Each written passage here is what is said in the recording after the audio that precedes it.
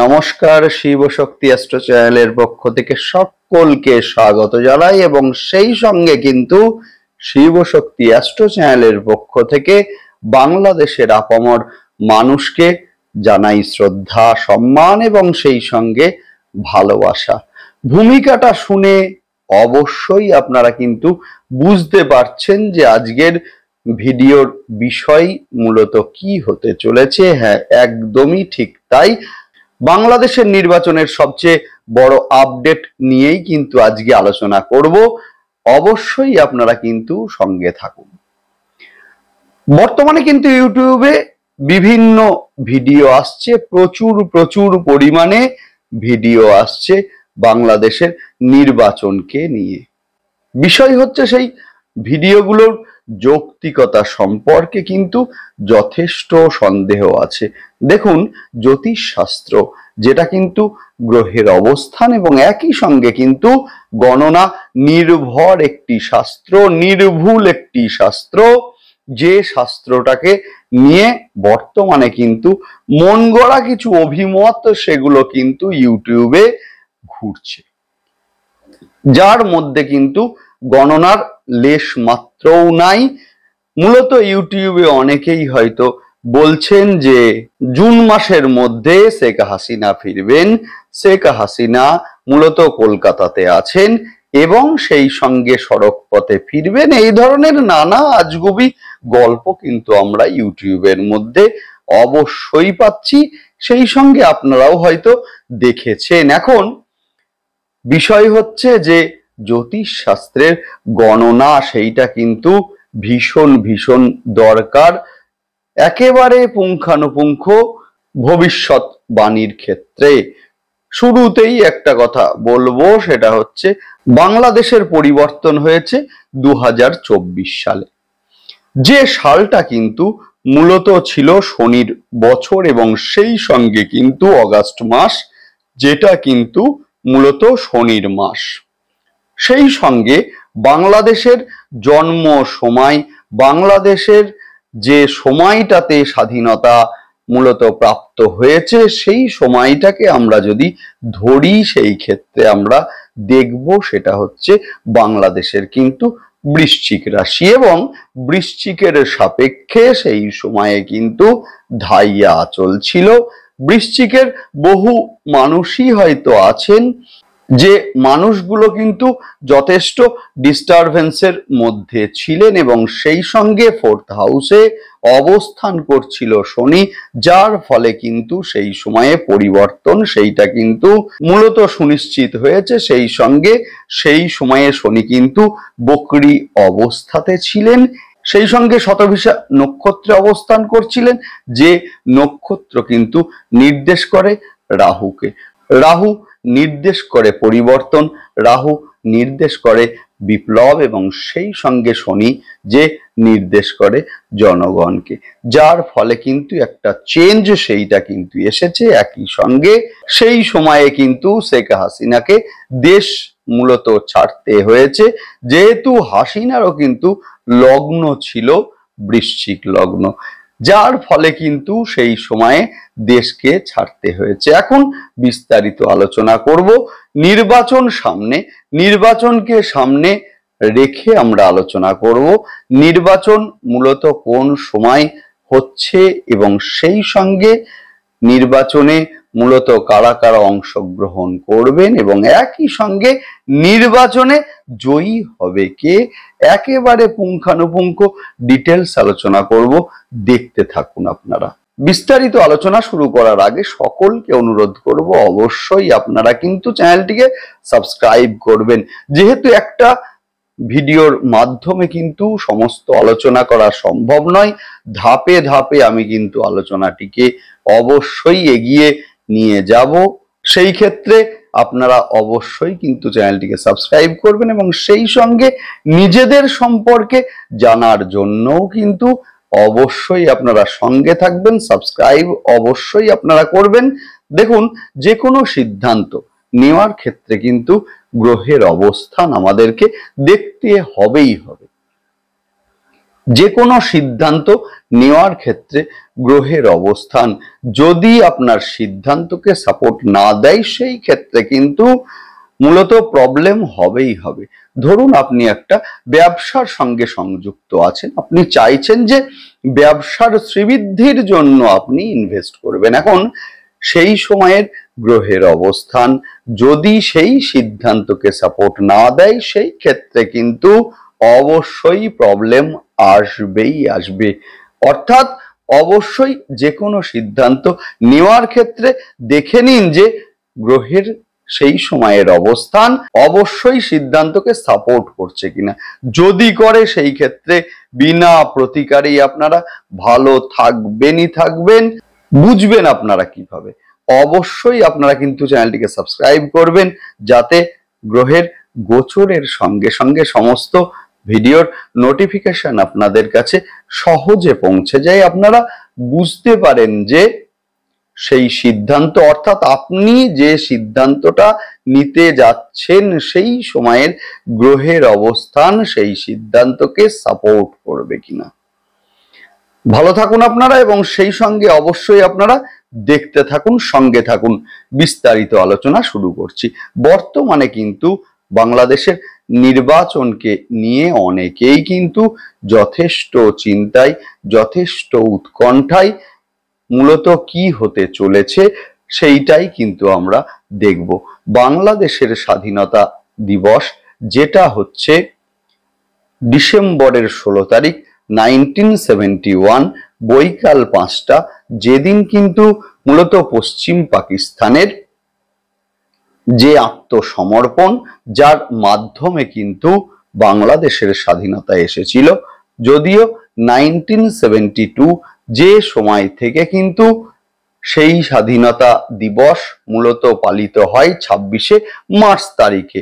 যদিও এখন কিন্তু আমরা সেই আগের সংখ্যাকে ধরে নিয়েই এগোবো, অর্থাৎ কিনা 16 ডিসেম্বর 1971 সেই সময় অনুযায়ী বাংলাদেশের রাশি হচ্ছে বৃশ্চিক রাশি, এবং সেই সঙ্গে কিন্তু রাশির ওপরে গত বছর কিন্তু ধাইয়া চলছিল, 4th হাউসে অবস্থান করছিল শনি। যার ফলে আপনারা জানেন অবশ্যই যে বৃশ্চিকের অনেকেই কিন্তু সাংঘাতিক ভাবে বিভ্রান্তির মধ্যে ছিলেন। এবারে কিন্তু যেহেতু 4th স্থানে অবস্থান করছিল শনি, মূলত এই যে 4th হাউস যে নির্দেশ করে আমার দেশ, আমার বাড়ি, এবং সেইখানে কিন্তু অবস্থান করছিল শনি, যে নির্দেশ করে জনগণকে, এবং সেই সঙ্গে শনি কিন্তু অবস্থান করছিল শতভিসা নক্ষত্রে, অর্থাৎ কিনা রাহুর নক্ষত্রে।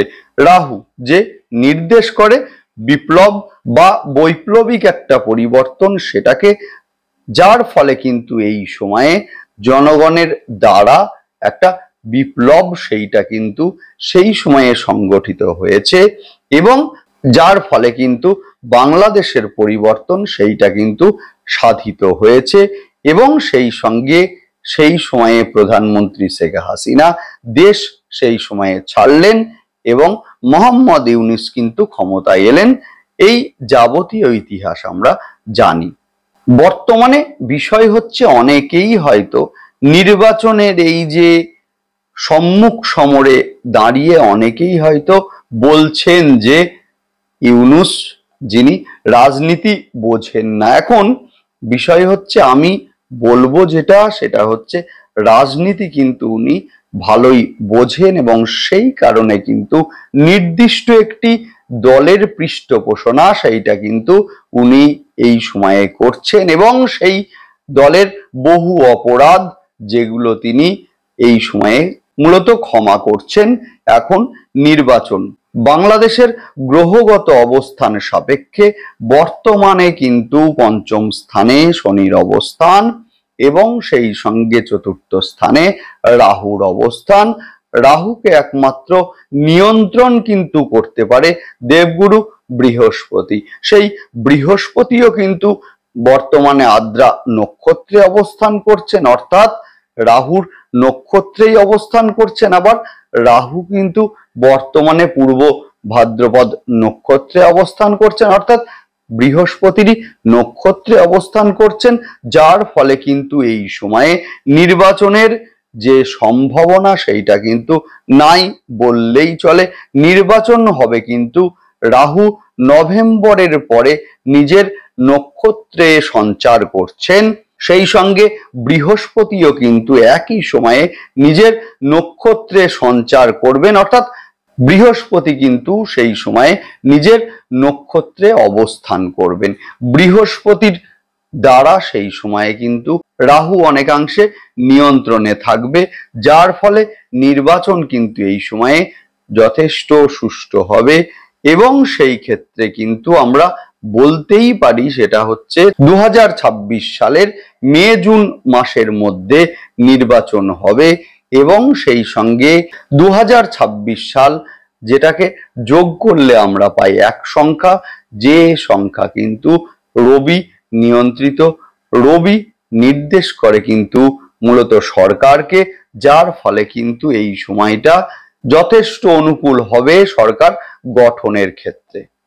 এখন বিষয় হচ্ছে যে এই সময়ে অর্থাৎ এই নির্বাচনের সময়ে কোন দল সেই সময়ে অ্যাডভান্টেজ পাবেন সেই নিয়েই আমি কিন্তু স্টেপ বাই স্টেপ আলোচনা করব। আজকে আলোচনা করব বিএনপি কে নিয়ে। শুরুতেই বলবো বিএনপির জন্ম সময় আমরা যদি দেখি সেই ক্ষেত্রে দেখব 1978 সাল এবং সেই সঙ্গে 1 সেপ্টেম্বর, যার ফলে কিন্তু রাশি আসছে মূলত কন্যা রাশি। এবং বর্তমানে কিন্তু যে রাশির সমসপ্তমে অবস্থান করছে শনি এবং ষষ্ঠ স্থানে অবস্থান করছে রাহু।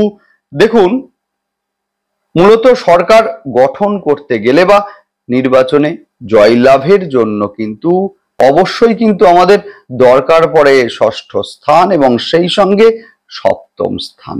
ষষ্ঠ স্থান যেটা নির্দেশ করে প্রতিযোগিতা এবং সেই সঙ্গে সপ্তম স্থান নির্দেশ করে জয়লাভ। বিষয় হচ্ছে যে রাহু যেহেতু ষষ্ঠ স্থানে অবস্থান করছেন, যার ফলে বিএনপি কিন্তু এই সময়ে বেশ কিছুটা অ্যাডভান্টেজ সেইটা কিন্তু অবশ্যই এই সময়ে পাবেন, এটা ঠিকই। কিন্তু যেহেতু ষষ্ঠ স্থানে রাহুর অবস্থান, মনে রাখতে হবে আমাদের, যার ফলে কিন্তু এই সময়ে ভুল সিদ্ধান্ত অর্থাৎ রাহুর দ্বারা কিন্তু ভুল সিদ্ধান্ত, ভুল ডিসিশন, ভুল কিছু কথা মুখ দিয়ে বেরিয়ে আসা নেতা নেত্রীদের পক্ষ থেকে, এবং যার ফলে কিন্তু বিএনপির জনপ্রিয়তা হ্রাস পাওয়া, জনপ্রিয়তার ক্ষেত্রে সমস্যা সৃষ্টি হওয়া এবং সেই সঙ্গে বিএনপি সম্পর্কে একটা মতানৈক্য সৃষ্টি হওয়া, সেগুলো কিন্তু আমরা এই সময়ে লক্ষ্য করব। বিএনপি নেতৃত্ব খালেদা জিয়া, যিনি কিন্তু বর্তমানে অসুস্থ আছেন, এবং সেই সঙ্গে বিএনপির অন্য আরেকজন যিনি নেতৃত্ব আছেন অর্থাৎ কিনা তারিক রহমান সাহেব, যিনি কিন্তু বিদেশে আছেন, যার ফলে কিন্তু সেইখান থেকে যোগাযোগ বা নির্বাচনের কাজ সেইটা কিন্তু পরিচালনা করা সেটা কিন্তু অতটা সম্ভব নয়। একই সঙ্গে কিন্তু এই সময়ে রহমান সাহেবের যে রাশি সেইটা হলো বৃশ্চিক রাশি, এবং সেই বৃশ্চিকের পঞ্চম স্থানে কিন্তু অবস্থান করছে শনি, এবং রাহুর অবস্থান কিন্তু মূলত 4th হাউসে, যার ফলে এই সময়ে মিস্টেক সেইটা কিন্তু অর্থাৎ ভুল সিদ্ধান্ত সেইটা কিন্তু আবারও আসছে, যার ফলে এই সময়ে বিএনপি যোগদান করলেও অর্থাৎ নির্বাচনে যোগদান এই সময়ে করলেও কিন্তু একক সংখ্যাগরিষ্ঠতার দিক থেকে কিন্তু বিএনপির সম্ভাবনা নাই বললেই চলে। এবার নেক্সট আলোচনা করব অবশ্যই আওয়ামী লীগ সম্পর্কে। দেখতে থাকুন আপনারা, নেক্সট এপিসোডে আবার আসছি, যেহেতু একটি ভিডিওতে সমস্ত আলোচনা করা সম্ভব নয়। যাই হোক, অবশ্যই আপনারা দেখতে থাকুন এবং সেই সঙ্গে অবশ্যই মিলিয়ে নেবেন আপনারা নির্বাচনে জয়লাভ করছে কে। ডিটেলস আলোচনা করব, একেবারে ধাপে ধাপে আলোচনা করব, দেখতে থাকুন এবং সেই সঙ্গে কিন্তু আপনারা সমস্যামুক্ত জীবনের জন্য রেমিডি পেতে ফেসবুক পেজটিকে অবশ্যই আপনারা কিন্তু ফলো করবেন। লিংক ডেসক্রিপশন বক্সে দিয়ে দিচ্ছি আমি। এবং সঠিক সময়ে সঠিক সিদ্ধান্ত নেওয়ার জন্য অবশ্যই আপনারা কিন্তু চ্যানেলটিকে সাবস্ক্রাইব করবেন। নমস্কার।